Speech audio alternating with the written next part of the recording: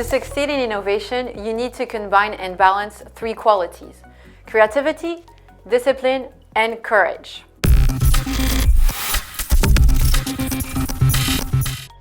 First, creativity. It's obvious. It's needed throughout the innovation process. Creativity, however, won't make it alone.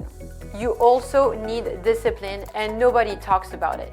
Discipline is essential to ensure success over the long run.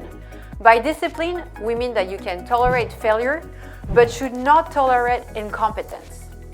A tolerance for failure requires having extremely competent people that can take advantage of failures productively to yield valuable information to the organization and move projects quickly in a more promising direction, or kill projects if necessary. And for this, you will need the third quality, courage.